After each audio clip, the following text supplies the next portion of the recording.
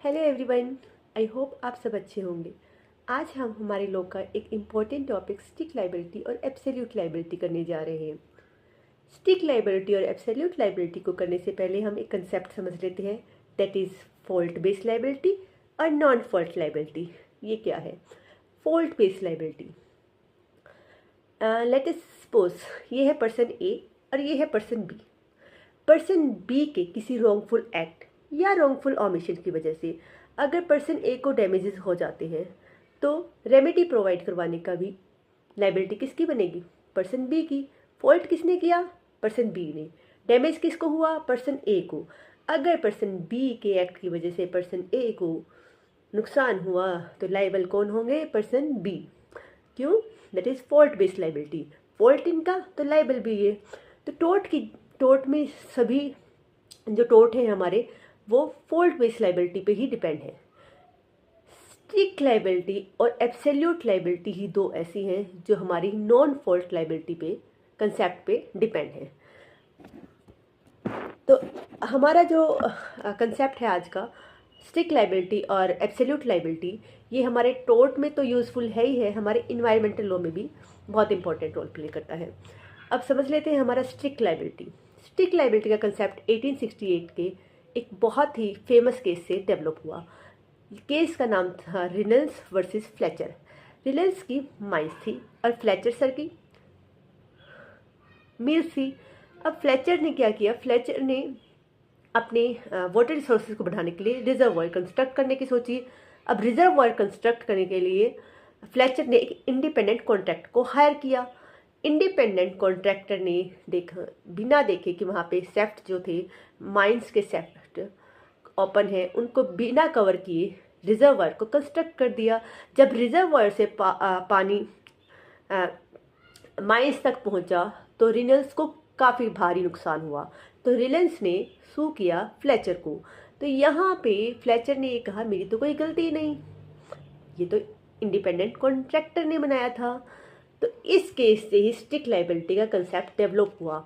यहाँ पे कोर्ट ने डिसीजन दिया कि चाहे आपकी गलती है चाहे नहीं है, लेकिन आपके प्रीमिसेस में आपने कोई नॉन नेचुरल यूज़ किया लैंड का। नॉन नेचुरल यूज़ क्या था यहाँ पे लैंड का? That is reservoir. रिजर्वॉयर क्या थी? नॉन नेचुरल यूज़ था लैंड का। तो जो नॉन नेचुरल यूज़ था रिजर्वॉयर, प्लस में क्या हुआ? वाटर एस्केप किया और माइंस तक पहुंचा। तो स्ट्रिक्ट लाइबिलिटी के कंसेप्ट में तीन मेन कंपोनेंट आए। फर्स्ट कंपोनेंट की एक तो नॉन नेचुरल यूज हो आपके लैंड का। सेकेंड, एस्केप किया हो, वो वहां से निकल गया हो, जो आपके प्रीमिसेस है उससे बाहर निकल गई हो चीज। और थर्ड, डैमेज हो गया हो। तो आपकी लाइबिलिटी प्राइमा फेसा लाइबिलिटी बनेगी, दैट इज स्ट्रिक्ट लाइबिलिटी। तो इस केस में क्या था? फ्लेचर का नॉन नेचुरल यूज भी था, एस्केप भी किया, तो यहाँ पे फ्लेचर की लाइबिलिटी बनी। अब स्ट्रिक्ट लाइबिलिटी के केस में प्लेंटिफ के ऊपर बर्डन ऑफ प्रूफ नहीं होता, बर्डन ऑफ प्रूफ रहता है डिफेंडेंट के ऊपर। डिफेंडेंट प्रूव करेगी कैसे उसकी लाइबिलिटी नहीं है। डिफेंडेंट पे ने कुछ डिफेंस भी दिए गए। यहाँ पे डिफेंस किस तरीके के हुए?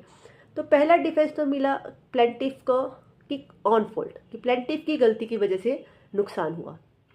अब लेट अस सपोज मेरे कुछ लैंड है जहाँ पे मैंने डेंजरस कोई पॉइजनस ट्री लगा रखे हैं।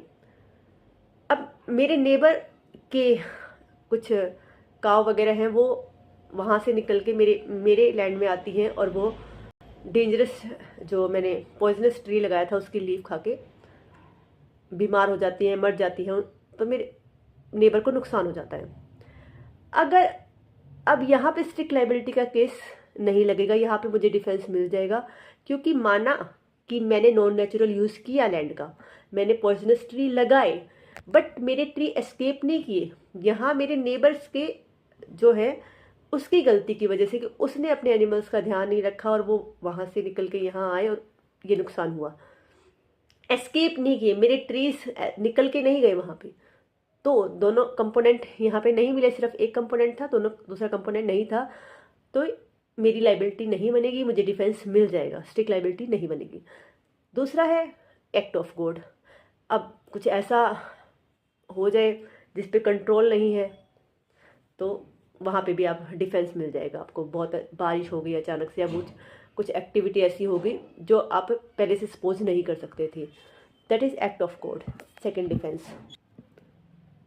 तीसरा डिफेंस है प्लेंटिफ का कंसेंट। अगर कोई हजार्डियस थिंग्स मैंने प्लेंटिफ और डिफेंट इन दोनों ने कंसेंट से की है और फिर कोई नुकसान हो जाता है तो यहाँ पे भी डिफेंस मिल जाएगा।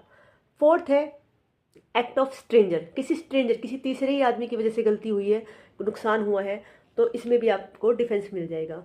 लास्ट है स्टैट्यूटरी अथॉरिटी। अगर स्टैट्यूटरी अथॉरिटी की वजह से, स्टैट्यूटरी अथॉरिटी मान लो सड़क बनाते हैं, रोड वगैरह है, या हाईवे बनाते वक्त कुछ नुकसान हो जाता है, तो यहाँ पे भी स्टैट्यूटरी अथॉरिटी को डिफेंस मिल जाता है, यहाँ उसकी स्ट्रिक्ट लाइबिलिटी नहीं लगेगी।